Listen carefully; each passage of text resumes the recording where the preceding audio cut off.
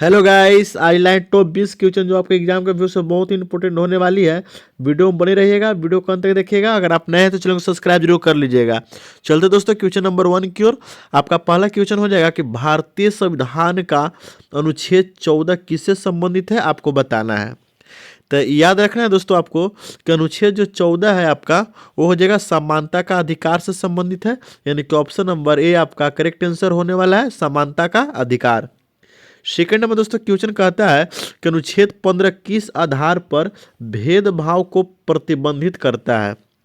तो याद रखना है दोस्तों कि जो अनुच्छेद 15 है दोस्तों, वो पूछ रहा है किस आधार पर भेदभाव को प्रतिबंधित करता है।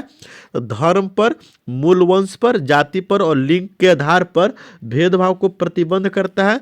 यानी कि ऑप्शन नंबर ए आपका करेक्ट आंसर हो जाएगा। याद रखना है अनुच्छेद 15। चलते दोस्तों क्वेश्चन नंबर 13 तीसरा की ओर। तीसरा नंबर क्वेश्चन कहता है दोस्तों कि भारतीय संविधान का अनुच्छेद 16 किससे संबंधित है, आपको बताना है। तो याद रखिएगा कि अनुच्छेद 16 जो है दोस्तों, वो आपका रोजगार में समान अवसर का से संबंधित है। यानी कि ऑप्शन नंबर बी आपका करेक्ट आंसर हो जाएगा। रोजगार में समान का अवसर अनुच्छेद 16 आपको याद रखना है। अगला क्वेश्चन दोस्तों कहता है कि अनुच्छेद 19 किससे संबंधित है, आपको बताना है। तो याद रखना है दोस्तों कि अनुच्छेद जो 19 है आपका, वो किससे हो जाएगा, स्वतंत्रता का अधिकार से। यानी कि ऑप्शन नंबर सी आपका करेक्ट आंसर हो जाएगा। बहुत बार एग्जाम पूछता है कि स्वतंत्रता का अधिकार किस अनुच्छेद से संबंधित है, तो अनुच्छेद 19 आपको याद रखना है। ठीक है। नेक्स्ट क्वेश्चन दोस्तों कहता है आपका कि अनुच्छेद 21 किससे संबंधित है, आपको बताना है दोस्तों। तो याद रखना है कि अनुच्छेद जो 21 है, वो आपका हो जाएगा जीवन और व्यक्तिगत स्वतंत्रता से। किससे? जीवन और व्यक्तिगत स्वतंत्रता से हो जाएगा आपका। यानी कि ऑप्शन नंबर बी आपका करेक्ट आंसर होने वाला है। नेक्स्ट क्वेश्चन दोस्तों कहता है कि अनुच्छेद 21A किससे संबंधित है, आपको बताना है। तो याद रखना है कि अनुच्छेद जो 21A है दोस्तों, वो किससे हो जाएगा, तो हो जाएगा आपको निःशुल्क और अनिवार्य शिक्षा से। किससे? निःशुल्क और अनिवार्य शिक्षा से हो जाएगा। यानी कि ऑप्शन नंबर बी आपका करेक्ट आंसर हो जाएगा। देखिए दोस्तों, अगर किसी भी आप एग्जाम की तैयारी कर रहे हैं तो ये वीडियो आपके लिए बहुत ही महत्वपूर्ण होने वाली है। वीडियो में बने रहिएगा, वीडियो को अंत तक देखिएगा। आपके लिए वीडियो बहुत फैक्ट साबित होने वाली है। क्वेश्चन नंबर दोस्तों 7 है आपका कि अनुच्छेद 32 का किसने संविधान का आत्मा कहा।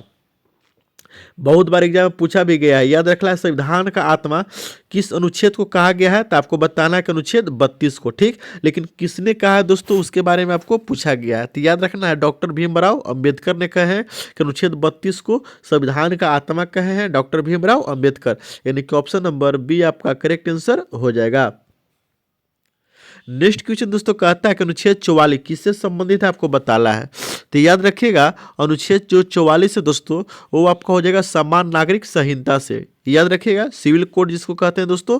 यानी कि ऑप्शन नंबर ए आपका करेक्ट आंसर हो जाएगा, समान नागरिक संहिता अनुच्छेद 44।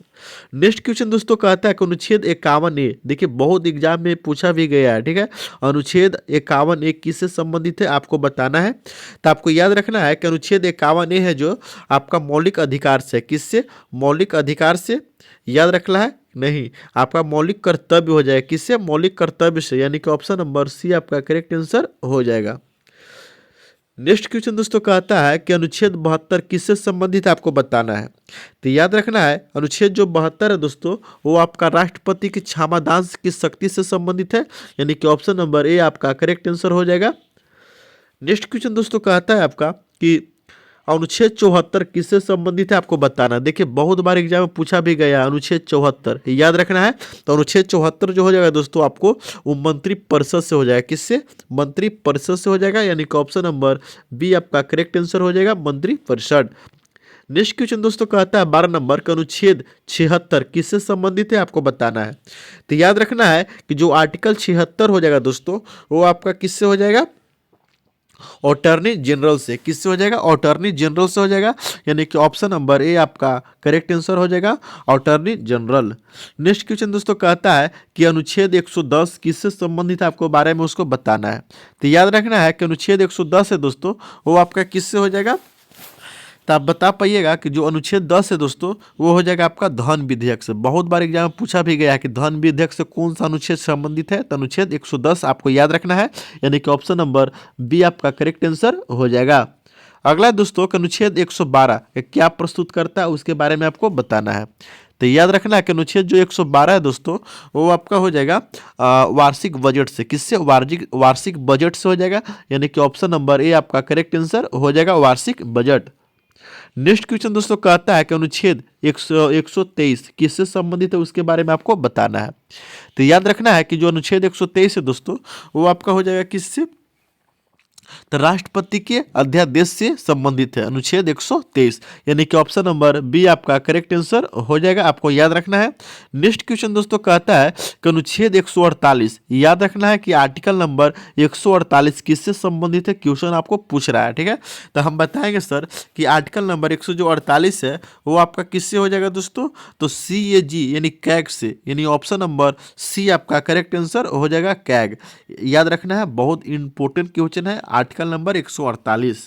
नेक्स्ट क्वेश्चन दोस्तों कहता है कि अनुच्छेद 243 यानी कि आर्टिकल नंबर 243 जो है दोस्तों वो किससे संबंधित है आपको बताना है। तो याद रखना है कि आर्टिकल नंबर जो 243 है आपका, ठीक है, 243 है वो आपका पंचायती राज से संबंधित। देखिए बहुत भी क्वेश्चन है, आपको याद रखना है पंचायती राज से संबंधित कौन सा आर्टिकल है दोस्तों? तो 243 याद रखना है, यानी आर्टिकल नंबर 243 आपका पंचायती राज से है, यानी कि ऑप्शन नंबर बी आपका करेक्ट आंसर हो जाएगा, आपको याद रखना है। नेक्स्ट क्वेश्चन दोस्तों कहता है कि अनुच्छेद 262 किससे संबंधित है आपको बताना है। तो याद रखना है कि अनुच्छेद 262 जो है दोस्तों वो जल विवाद से है। किससे? जल का जो विवाद होता है दोस्तों वो आर्टिकल नंबर 262 से संबंधित है, उसके बारे में आपको याद रखना है। नेक्स्ट क्वेश्चन दोस्तों कहता है कि 300A यानी कि आर्टिकल नंबर 300A किससे संबंधित है उसके बारे में आपको बताना है। तो याद रखिएगा ये संपत्ति का अधिकार से संबंधित है, यानी कि ऑप्शन नंबर ए आपका करेक्ट आंसर हो जाएगा। नेक्स्ट क्वेश्चन दोस्तों कहता है कि अनुच्छेद 368 किससे संबंधित है उसके बारे में आपको बताना है। तो याद रखिएगा जो अनुच्छेद 368 है दोस्तों वो संविधान संशोधन से है। किससे? संविधान संशोधन से संबंधित 368 आर्टिकल है, याद रखना है, ठीक है, यानी कि ऑप्शन नंबर बी आपका करेक्ट आंसर होने वाला है। देखिए दोस्तों वीडियो कैसा लगा कमेंट करके जरूर बताइएगा। अगर आप नए हैं तो चैनल को सब्सक्राइब जरूर कर लीजिएगा।